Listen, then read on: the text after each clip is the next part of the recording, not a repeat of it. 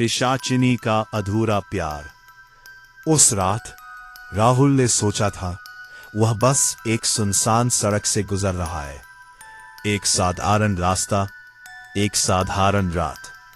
लेकिन उसे नहीं पता था कि उस अंधेरी सड़क पर कोई उसका इंतजार कर रहा था, कोई जो इंसान नहीं था।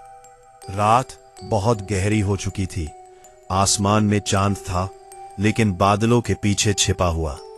जंगल के ऊपर काले बादल ऐसे फैल गए थे जैसे आसमान ने खुद अंधेरा ओढ़ लिया हो।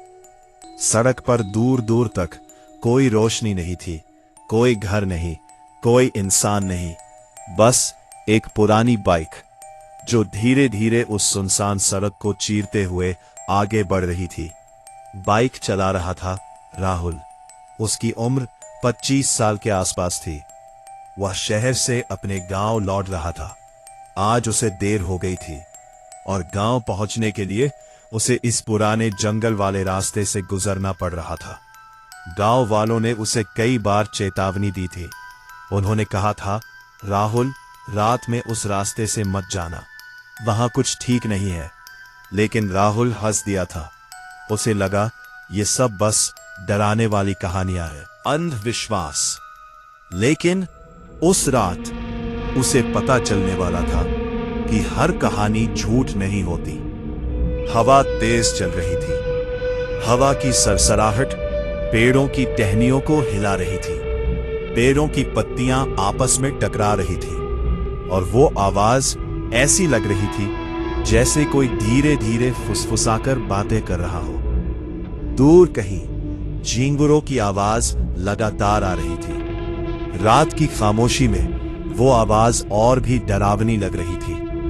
कभी कभी दूर कहीं से कुत्तों के रोने की आवाज भी सुनाई दे जाती थी।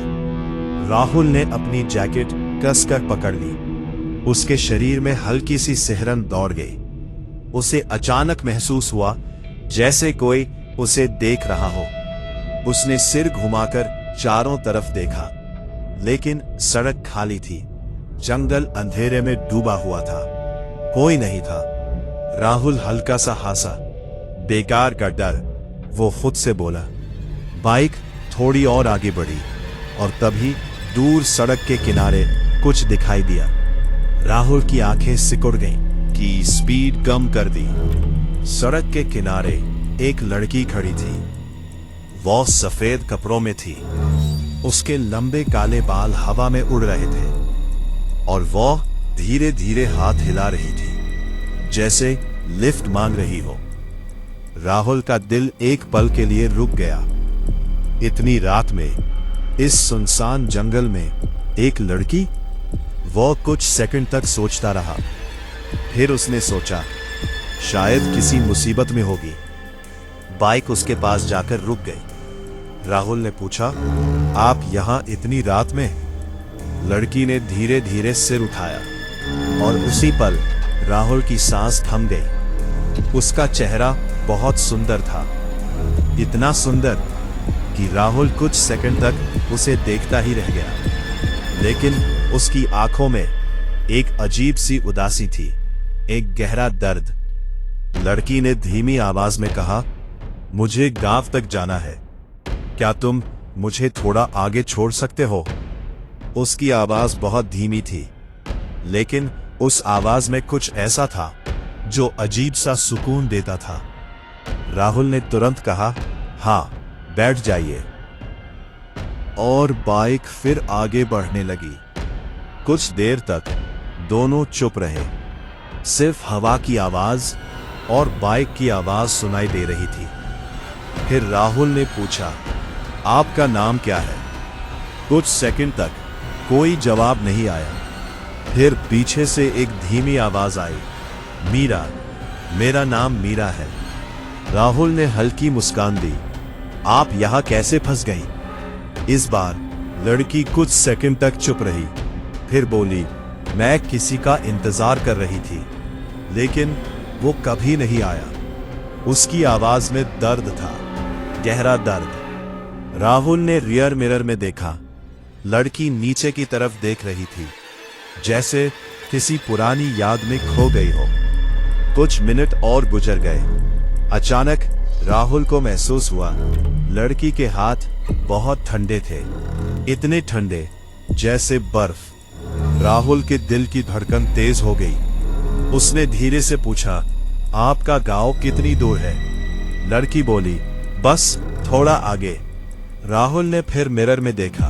उसका दिल जोर से धड़कने लगा, क्योंकि रियर मिरर में उसे सिर्फ खाली सीट दिखाई दे रही थी, लड़की दिखाई नहीं दे रही थी। राहुल के हाथ कांप गए।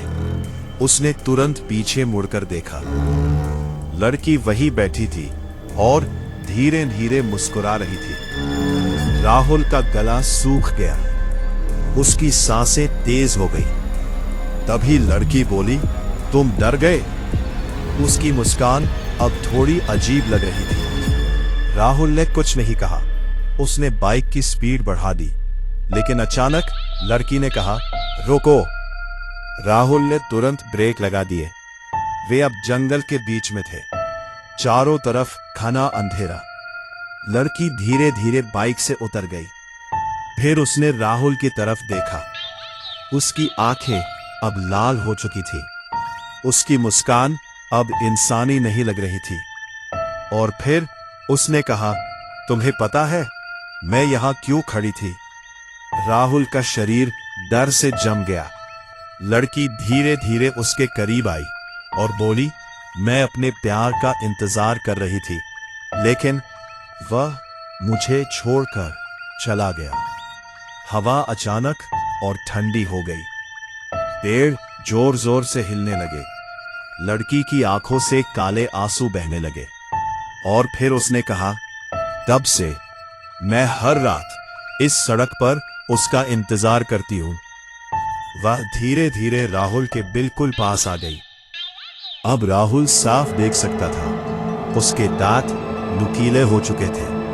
उसका चेहरा धीरे धीरे बदल रहा था। राहुल की सांसें तेज हो गईं। लड़की मुस्कुराई और बोली, आज मुझे लगा शायद वह वापस आ गया है।